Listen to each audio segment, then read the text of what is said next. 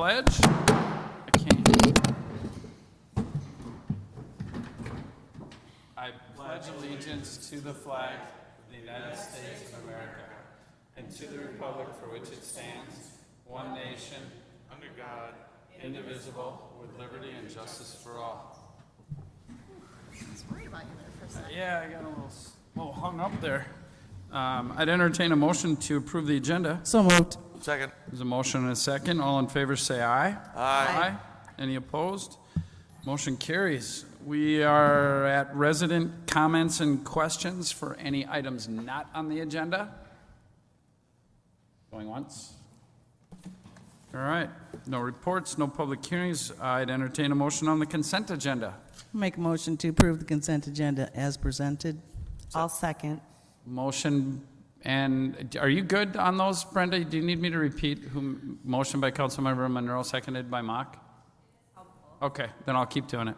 Motion and a second. All in favor say aye. Aye. Any opposed? That motion does carry. We are flying. No unfinished business. Mr. Merrick, 2019 preliminary levy. Thank you, Mayor and Council. So You're welcome. the Council's had several work sessions regarding the 2019 budget and preliminary levy. Tonight, we're asking the Council to set a preliminary levy for the 2019 budget year. That's a number that you can lower but cannot raise. And so before we get into the resolution and asking the Council to consider, I'm just going to give a brief overview of what we've discussed so far, just for anyone who's watching at home. So the anatomy of kind of the budget, something that we've run is we really have two separate businesses. One is the enterprise fund, so that's water, sanitary sewer, and stormwater. That's paid for through monthly utility bills and new development connection fees. The second business that we run is kind of the general fund, and that's paid through property taxes, and that's in essence what we're talking about tonight. And so that's the common services that you receive: snow plowing, parks, law enforcement, fire department, building inspections, etc. And that's paid through by roughly about 80% in property taxes, and then the balance through state aids, permits, fees, and fines. Our budget process, so we started in June and July this summer, kind of building that draft budget for the council to review. The council had looked at several drafts. And then tonight we're asking the council again to set kind of the ceiling for the preliminary levy. The budget is still in draft form, and so that can change. But again, that tax levy, the amount of property taxes that you're collecting, can only go down once you've set that max. In October and November, we'll review our budget conditions. And then towards the end of October, early part of November, property owners will receive a truth in taxation statement, so that'll give the public hearing date for the city where they can review and provide testimony related to the proposed property taxes in Carver. That is set for December 3rd here in Carver.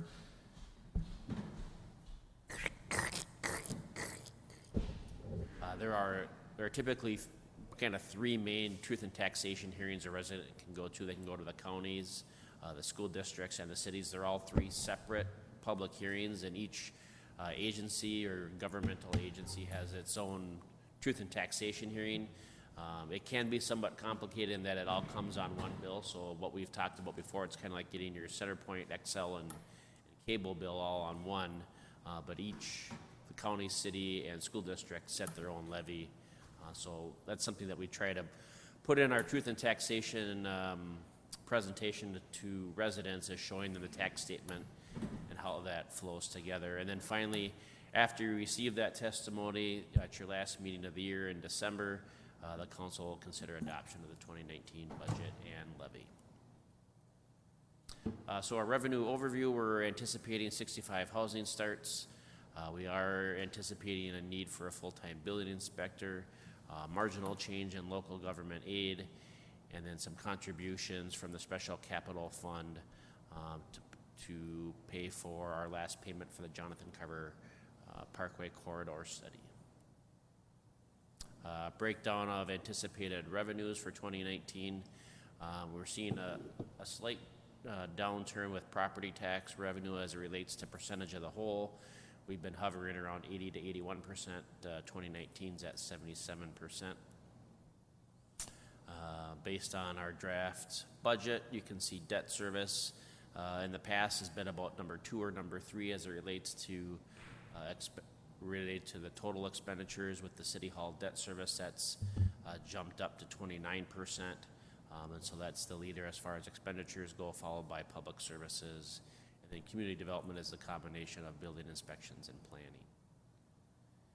Again, Broadway City Hall, so that's our first in a 20-year debt service payment schedule is going to take place in 2019. Just about $373,000 for our first debt service payment. There's also some costs associated in the budget with building operations and maintenance. Getting back to our conversation that we've had, our ongoing dialogue with residents related to the Broadway City Hall project. Back in March of 2018, we had an estimated tax impact of $200 on a $300,000 home. That was the project in a vacuum, so not considering any of the other budget considerations that the city would have, but with Springstead's help, we did an analysis. And you'll see later on in slides how that kind of merges together with the 2019 budget, because I think you'll see in what we've discussed earlier in work sessions is that some accommodations were made to offset that debt service payment. So again, the corridor study, this is something that we're hoping gets completed, frankly, by the end of the year. We've been pushing. Andrew and I had a meeting with Carver County and WSB about 2 weeks ago, kind of putting together some numbers related to finishing up the study. They're using some, this is a little bit off topic, but they're using some traffic numbers from the Met Council that weren't working out through their systems. They weren't correlating, and so they're having to revisit their traffic study component of this corridor study. So they're going to be coming back, frankly, asking for the city and the county to contribute to a scope change and some increased dollars to complete that study. So once we have the details on that, I'll be bringing that back to the council for consideration. Full-time building inspector. So initially we had talked about starting this position in January to save some costs and frankly to accommodate our hiring schedule. We moved that back to March 1st. It's a starting pay of $55,000. We have several significant commercial projects, and we're also planning a single family as well. We do think this is light that will likely have more as it relates to single family here, but we've traditionally tried to be conservative and not put ourselves in a position where we have to do a budget amendment mid-year because housing expectations haven't been met. Other personnel issues, so we're in the second year of a 2-year collective bargaining agreement with AFSCME, so that calls for a step increase and a CPI adjustment. We get the CPI adjustment based on the Minneapolis Federal Reserve website's CPI calculator, and that's at 2%. We do have 3 full-time employees that are at the top of the scale, so they will not receive a step increase, but they are eligible for the CPI increase pending council approval for non-union employees. We also have an additional part-time receptionist administrative assistant planned to handle front desk operations. Other budget considerations, and this is something that the council discussed at length. We did have some up and downs related to our employee health insurance. We've made 2 significant changes in the last 2 years. One changing to a high deductible plan, and then the second to change provider and a little bit of the plan coverage. At one point, we had jumped up all the way to a 20% increase. That's whittled back down to 14%, but you may have noticed that this is an ongoing issue for us. That the previous 2 years we had close to 30%, and that called for those significant changes. So an ongoing issue that we're going to have to continue to push and struggle and dialogue with related to the cost of employee health insurance. It's an ongoing struggle for everybody.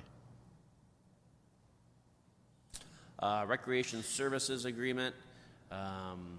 It's the same amount as the previous year for 2018 as far as $51,250, and that's for resident rates at the Curling Center, Community Center, and Town Course. There's also recreation programs. I just talked to the Chaska Rec folks today, and they're going to continue with the open gym at Carver Elementary this winter. We're planning to renegotiate that agreement in 2019. Here's some additional data on the program thus far. In addition to the resident rates and programming, the Chaska Rec staff also helps coordinate community events in the city.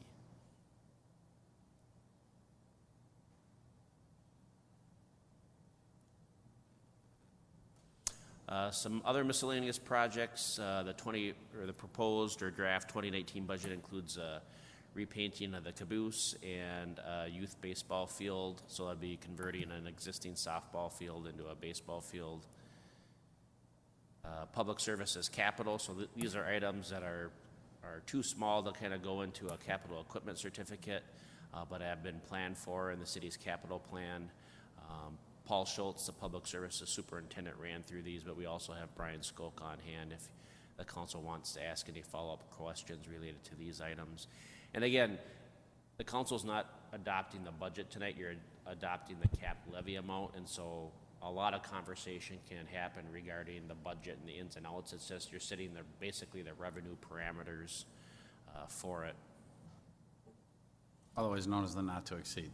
Correct. The 2019 budget includes an increase to the training and on-call pay for the fire department. Also includes a $100 increase to the Relief Association benefit from 2207 to 2307. Law enforcement, so our model with Carver County Sheriff's Office remains the same, the 40-hour work week for our town cop, which is Deputy Lassard, and then the shared service model with Lake Town Township of a .65 deputy that will work on Tuesday through Friday or a Wednesday through Saturday. Then kind of on to kind of the summary pieces.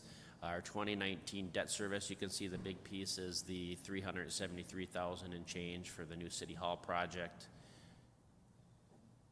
You can see the change as far as a percentage, so 62% increase to the debt service levy for the city, and then that in graph format. And then the general levy, so we kind of split this into two pots. We have our debt service and then kind of the general services, so police, fire, etc.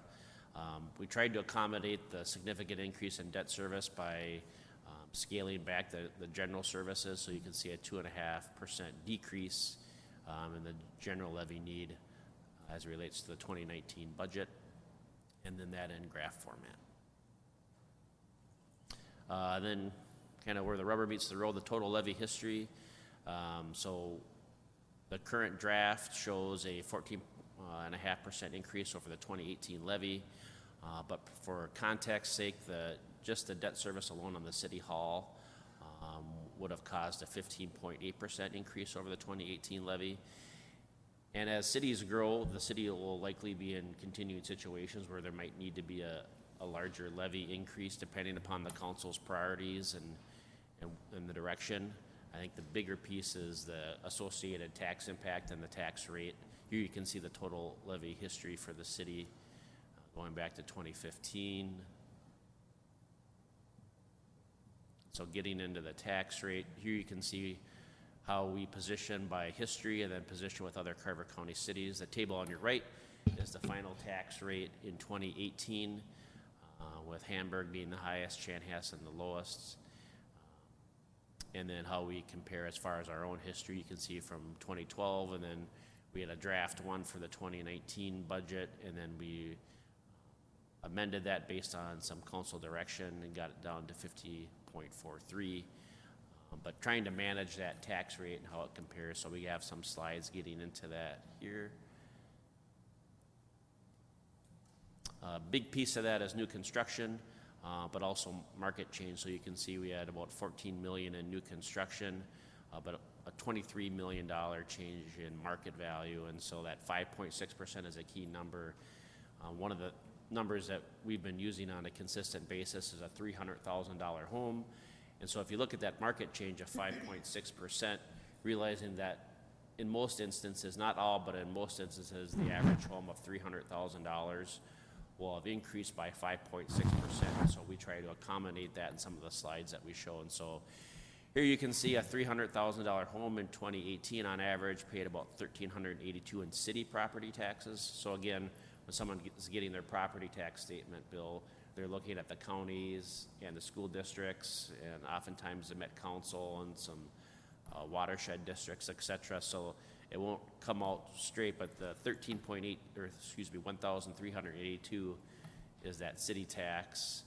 And so for pay 19, excuse me, based on that preliminary levy and the draft budget as you see it in your packet, that would come out to $1,461, which would get you a difference of $79. And so you can see, just looking at that City Hall example, we looked at that project in a vacuum, how it compares to when it's incorporated into the 2019 budget. But again, as I mentioned, there can be that percent increase, and so we looked at that. 5.6% raises the value to $316,800. You do your calculations for the homestead exclusion and tax capacity, and at the end of the day, that's $1,554. So this is predicated on the fact that a $300,000 home in 2018 is now valued at $316,800, and so that difference is $172. Our draft one budget showed a difference of $188. And then during work sessions, we also discussed some future project costs or capital costs, and these are going to come at different rates based on council priorities. Some of them the council will have significant influence on, others as in number 5, where the city is already starting to plan for cost share of County Road 11. That'll be in partnership with Carver County. We'll have less control, even though we'll definitely be a partnership with them, but some of these other pieces related to equipment certificates for public services, fire, ultimately that rests on the shoulders of the council. So we wanted to throw those out there, not as if they're all planning in 2019 or 2020, but to give you some idea of the significant expenditures that are coming your way in the following years. So again, tonight we're looking for the council to establish that preliminary levy. There's a resolution to that effect in your packet, along with drafts of the 2019 budget for revenues and expenditures.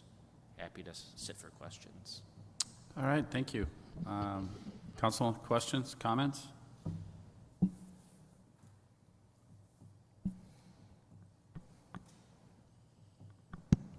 I'm sensing none. Oh, I like this budget. I think the fact that the number that we were looking at in March for the City Hall project alone on a $300,000 house, that the tax increase for 2018 is going to be significantly less than that. I think that alone is a talking point that we can use to demonstrate how much work has gone into this budget by city staff. So, job well done. Thank you. I commend department heads and budgetary responsibility, but at the end of the day, it all falls on Brent. And I think Cindy and I have been through budgets with different city administrators that haven't quite been A, this effective, or B, this poignant. It's actually poignant now. So very much appreciated, all of you. So I haven't sensed anyone coming up with any issues with the process or where we're at. Nothing but praise. And that doesn't happen all the time. So pat yourselves on the back, because we're not going to do it for you. This kid. That's what we're doing. I'll make a motion to adopt Resolution 142-18, certifying the 2019 preliminary levy in the amount of $2,713,263. Motion by Councilmember Monroe. I'll second. Seconded by Councilmember Johnson. We have a motion and a second. Any further discussion? Well done. All in favor say aye. Aye. Any opposed? Motion carries. We are now moving on to Meridian Fields. I was going to do a Strawberry Fields rendition there, but I don't have it. Aaron. Thank you, Mayor and Council. Tonight we are reviewing final plat for Meridian Fields. Working through where we're at in the process, this project has been before you several times. Not only did it follow the typical planning process, it also required annexation into the city of Carver and a comprehensive plan amendment. So on the screen now shows where we're at. We're at the final plat stage. Planning Commission has done their review September 6th, so it's before you now as kind of the last step, the last time it comes before council as the final plat for phase 1 of the development. A bit of context of where we're at if someone is new watching at home. So we are just south of Highway 212. We are northwest of Carver Elementary School. If you've driven past recently, there's quite a bit of earthwork that is being completed. So if you see some trucks moving out in what was once a farm field, that's the Meridian Field site. They're getting after it. They are. They're moving a lot of dirt. So something that is interesting and exciting about this project is recently all planning projects that have come through the city of Carver have been completed with a PRD, or a planned residential development.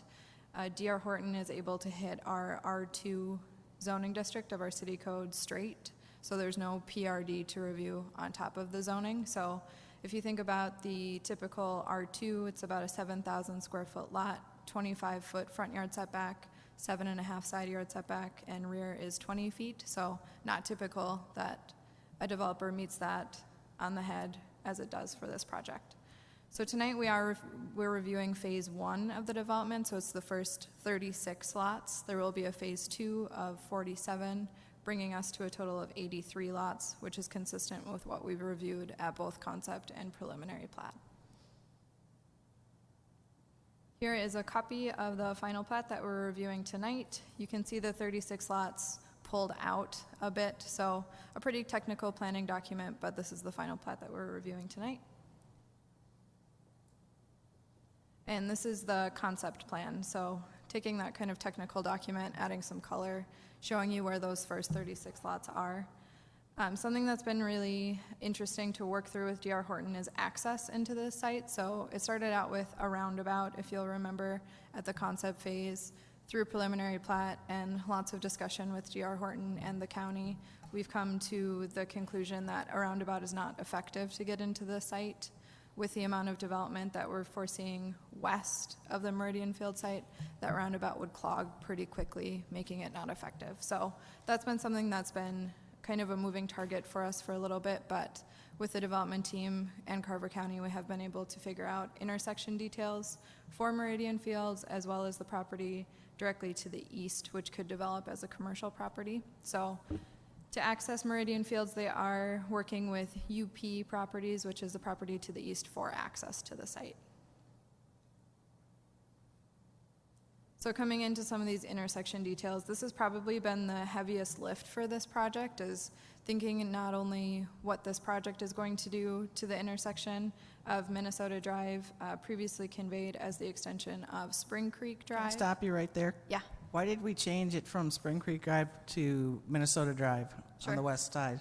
so at a staff level with the fire department, it was determined that Spring Creek was getting pretty lengthy moving east. So with the Meadows development, there are several houses addressed off Spring Creek Drive, and to have it also move west, the length that it was going to travel started to feel like it would be cumbersome if there was an emergency call. So it splits Spring Creek Drive at Jonathan Carver Parkway to Minnesota Drive and Spring Creek So Drive. is this going to be common now that when we split across a major road, we're going to change the name of the road on the other side?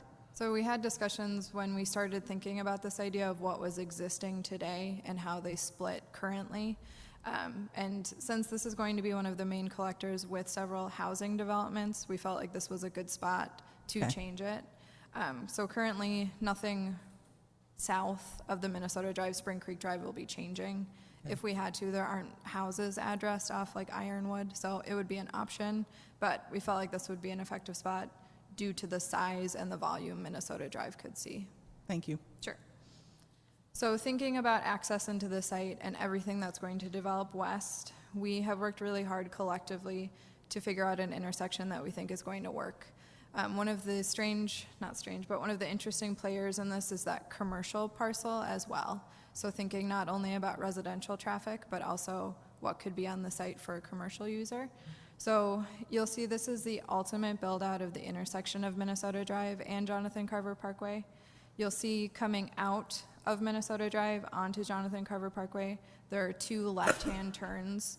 So that's the ultimate build out. Right now, there's only 1 receiving lane onto Jonathan Carver Parkway. So it won't look like this day 1 when it's constructed, but once Jonathan Carver Parkway is reconstructed, this will be the ultimate layout of the intersection.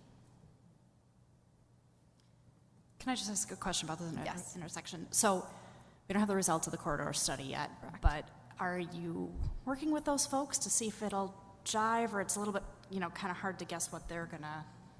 Yes, so we've been working really closely with the county and WSB, talking about some of these numbers and what it could look like. It's been just interesting thinking Meridian Fields needs this access, but what else are we going to need? So this caters not only for the 83 homes that are coming in, but also the commercial user and everything west that we think will happen. So it's been a really interesting process to get so many like minds together to try to hash through some of this. But yes, we've been working closely with the corridor study information. Okay, and avoids having to potentially tear this all out in 3, 5, 10 years. Correct. Okay. And that's interesting too with the Meridian Fields development. There will only be 1 access for a while since we don't have any development west of it. So we needed to be thoughtful. If something needed to be done, they need to be able to get in and out of their development. Thank you. So do we have any expectations this will have a stoplight? We think someday in the future, yes. Meridian Fields alone is not triggering the need for a stoplight. Okay.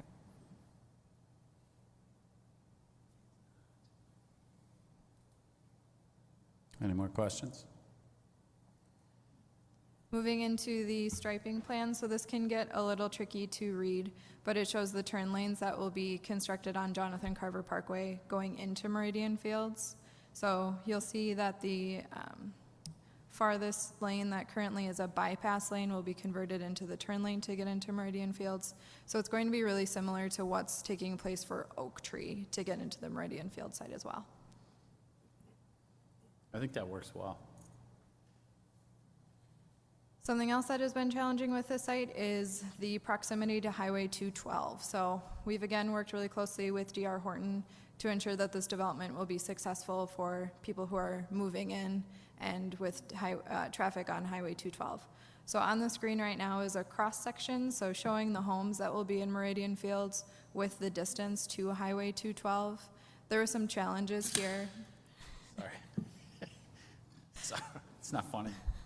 There are some spacing challenges, but we were able to work with D.R. Horton to come to the conclusion that there will be berming, significant landscaping, and several homes throughout the development will have beefier construction materials. So when the house is closed with the windows shut, they'll tamper the noise a bit more than the typical construction materials that are used.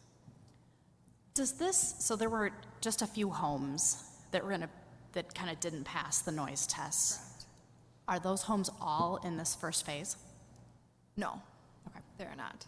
And something that was interesting, they didn't pass the test from like 6 a.m. to 7 a.m. It was a 1-hour window, which was kind of odd, but it's that prime traffic time in the morning. So we, I think, have all taken some good solace that it's not continuously overnight from 10 p.m. until 6 a.m. that it's exceeding. It's that 1 hour pretty early in the morning. Right now. Right now, yes.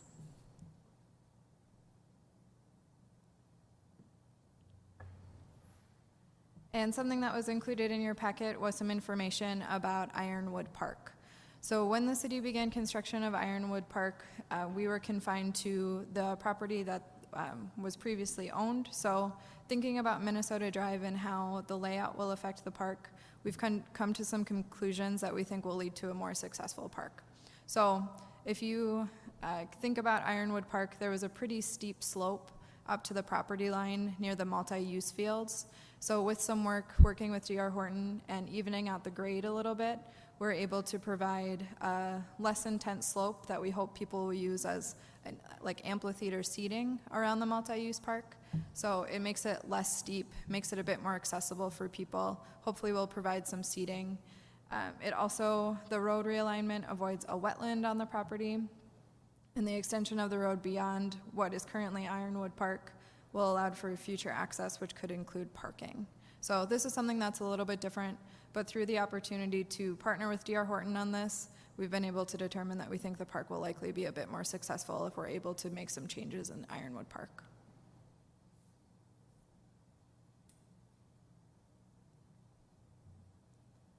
So the landscaping plan is something that I think is really interesting with this project too. If you think about the site today, it's a farm field, so there isn't any tree replacement that is required. So thinking about the amount of trees that the city of Carver will net gain with this project, I think is really exciting.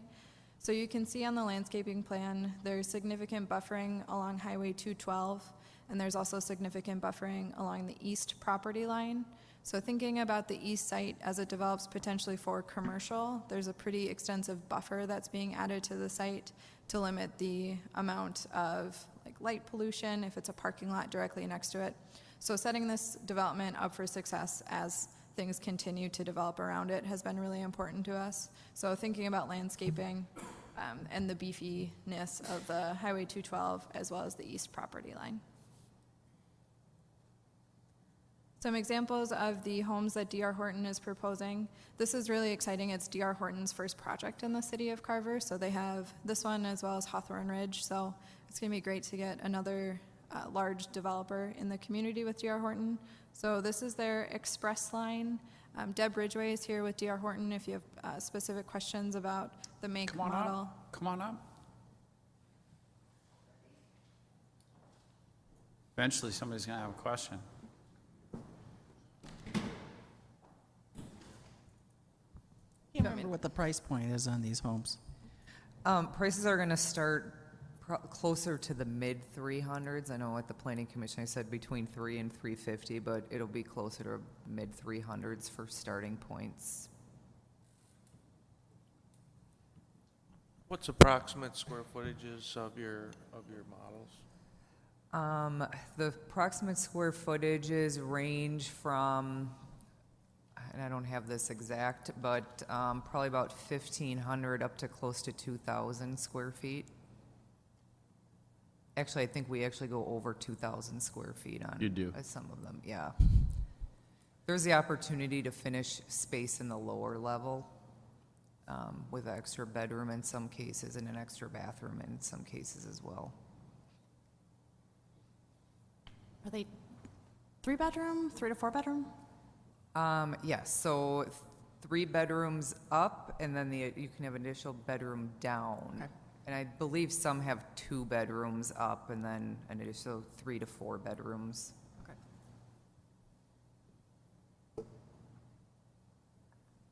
Told you there'd be questions. Any other questions? I noticed that there was the red, white, and blue house that's Yes. up there. Was that resolved? Yes, so D.R. Horton worked with a property owner in the Flag House directly adjacent to Highway 212. And at the time that D.R. Horton approached the property owner, he was not interested in being part, it would require annexation. So he was not interested in annexation, so being in the city of Carver or being part of this development. So through the planning process, there's what we call a ghost plat for that property. So it lays out what the lots could look like should that property owner choose to be annexed in the city, and then the lots would be incorporated into the Meridian Fields property. So through the process, the property owner is gaining a little bit of property too.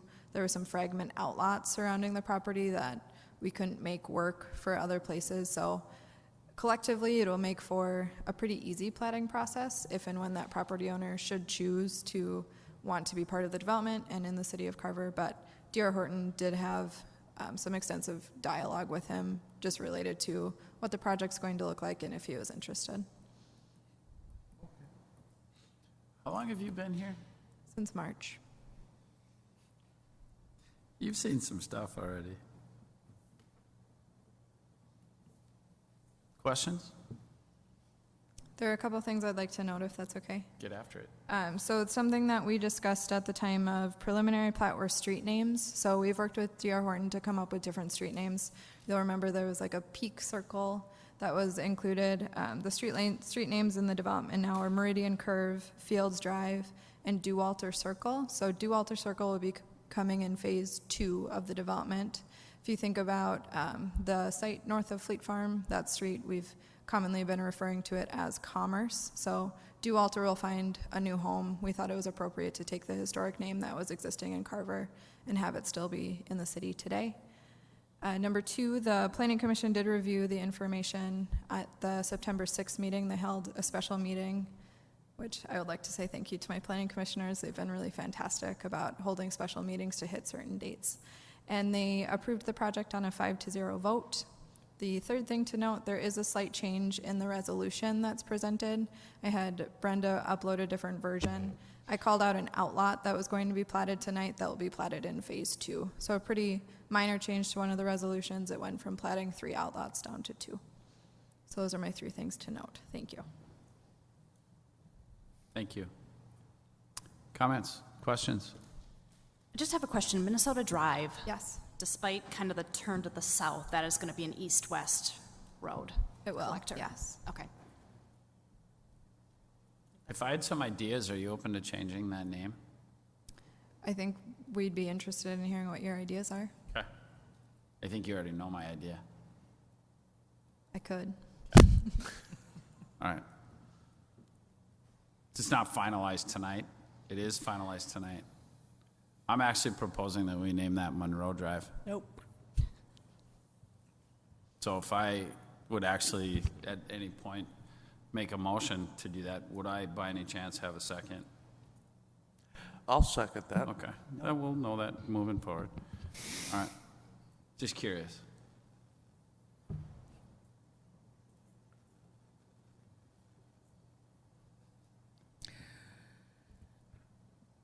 Oh, so we can go ahead and approve this as it is. Yeah, I'll make a motion to adopt Resolution 144-18 approving final plat for Meridian Fields as presented, with street names as presented. I will second that. okay, there's a motion and a second on as presented. I would really like an opportunity to vote that down and then make a motion with as presented and changing Minnesota Drive to Monroe Drive. So That's changing the motion. My motion stands. I know, that's why I said I think I'm hoping that we can vote that down. I'm giving hints to the other voters that are on the dais along with us. It's pretty clear what Cindy Think it's- wants. No, Well, maybe it's a different Monroe. it is. So that's Are you what. in favor of that? That's what I'm hoping occurs right now when I say, all in favor, say aye. To this one. This is the only one that's on the table. Aye. All those opposed, say nay. Nay. Nay. That motion fails miserably. So I would make a motion that we Hey, adopt. Mr. Mayor, we need to do a roll call. Roll call, good call. Councilmember Henry, Nay. Councilmember Mock, Aye. Councilmember Johnson, Nay. Councilmember Monroe, Aye. Mayor Webb. Nay. Motion fails. So I would make a motion to adopt Resolution 144-18, approving final plat for Meridian Fields, with the only change being that we changed Minnesota Drive to Monroe Drive. Yes, Mr. Harris?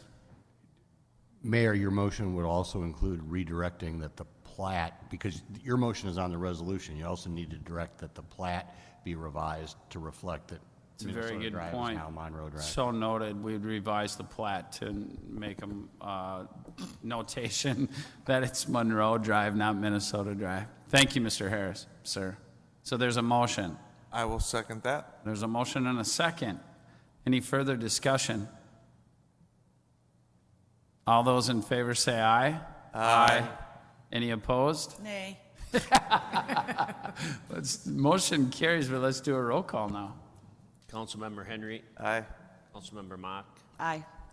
Councilmember Johnson, Aye. Councilmember Monroe, Nay.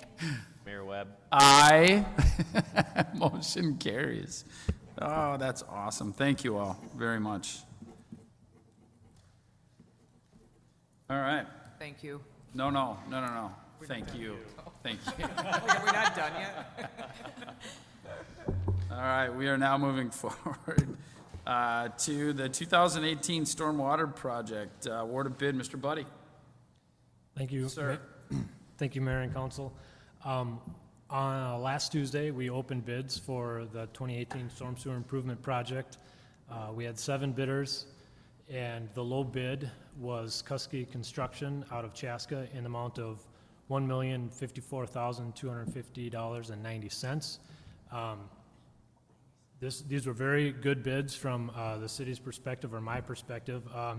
They were well below the engineer's estimate by about 17%, which is great for the city. We did also include several alternates that were in there. They were smaller alternates that would include some backflow preventers under some of the pipes under the levee and some sump structures, some manholes that collect grit before the water goes into the Minnesota River. And we would propose to include all of those alternates in the award of this. And so with all of that included, that would include an award to Kusky of $1,098,250.90. And just to refresh everyone as to where this project is located, this really includes 2 separate areas within the city. One of them being a bypass stormwater pipe being put in along Jonathan Carver Parkway from approximately the Public Services Fire Station building down to about halfway down the hill towards the gravel and Mueller's gravel pit entrance. The other portion of the project is the what we've been referring to as the Main Street Lift Station project, and so this was packaged together with that with the intent to try and get more favorable bids. And so this is the other piece that is included with that. A little closer view of each of those is on the screen here. That one's pretty self-explanatory. But then this one included 3 separate subparts. One is putting in stormwater pipe from the Broadway lift station to the Main Street lift station, so eliminating one of those lift stations that are downtown. Section B there is really just constructing the main lift station, and then Section D sets us up for eliminating some additional maintenance and monitoring during flooding where it connects the storm sewer currently from 4th Street down to 3rd Street. So based off of that project, the city had bonded previously $560,000 back as part of the 217 improvement project. The state had also bonded another $1 million here earlier this year in partner with the City Hall project.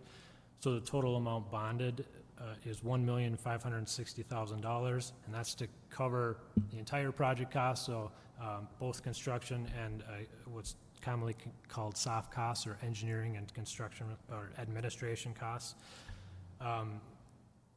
With all of that combined together, we anticipate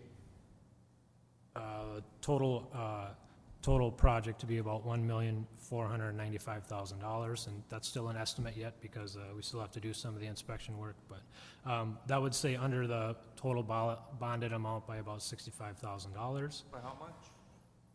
$65,000. And the city did apply for a grant with the Lower Minnesota River Watershed District, and they awarded, the way it shakes out is about $3,000 to construct some of the pieces that were included in the alternates, which is the lower, some structures to prevent grit from going into the Minnesota River. So with that, before you, we have a resolution to recommend approval to Kusky Construction, and I will sit for any questions. All right, right in front of us. It's good that we got more than one bid. That's for sure. This is right where we want to be, and everything's coming in under budget. It's good. Any questions, comments? Go ahead. So will the project be completed this year? I've spoken with Kusky. They do not want to make a big push on anything that removes curb and pavement, and so there are some larger segments of storm sewer that they could do, but they're going to kind of play it a little bit by ear to see how the weather and everything shakes out. So it will not be completed this year. But they'll That's a- start That's this a year. definitely no, it will not be completed this year. Okay, but it'll start this year? Yeah. Okay. Yes, because they have to put in the main lift station structure. That's kind of the priority number one for us with this whole project. So they will be doing that in late fall, early winter. Okay. Thank you. You're welcome. Johnson? And is that main lift station structure what we were waiting for the river to go down for, or what was going to help us with bids? Yes, it will. So we've softened up the contract language a little bit to allow them a lot more time to build it. Winter construction is ideal for that because the river level will be low and you're not going to see, you don't have the risk of those spikes from a flooding event. So yes, that is what we were hoping for. Awesome. Thank you. Comments, questions? I'd entertain a motion. I'll make a motion to adopt Resolution 145-18 to award a contract to Kuski Construction Company LLC in the amount of $1,098,250.90 for the storm sewer improvements project. There's a motion by Councilmember Monroe, I'll second that. seconded by Councilmember Henry. There's a motion and a second. Any further discussion? Comments? Well done. Thank you. All in favor, say aye. Aye. Any opposed? That motion carries. Thank you, Andrew. Sorry, Mr. Buddy. Thanks for saving us too, Larry. Almost had us there. We're now on City Council Communications. Councilmember Monroe.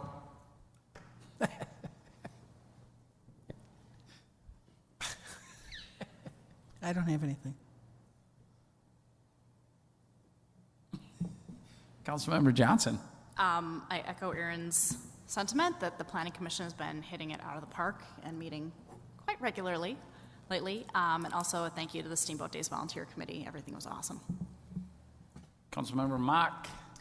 We had an HPC meeting last week. We have a homeowner or homeowners on 3rd Street who, this is their second time that they've come in. So it's right across from your old house, Cindy. Wow. So they've been doing some nice renovations on getting that place in some good shape, so. Councilmember Henry. Hank. We did not have a Parks Commission meeting this month, so got nothing. Simple no. Mr. Merrick. Aaron? Brian? Brenda? Andrew? Larry? You want to share anything? We're all good with annexation and everything? Nothing? Nice. All right, I've got nothing either. I'll make a motion to adjourn. Second. Motion and a motion by Councilmember Monroe, seconded by Councilmember Johnson. All in favor, say aye. Aye. Motion carries. Thank you. Thank you all for meeting early. I appreciate it. No, and thank you all. Thank you all for not being frightened.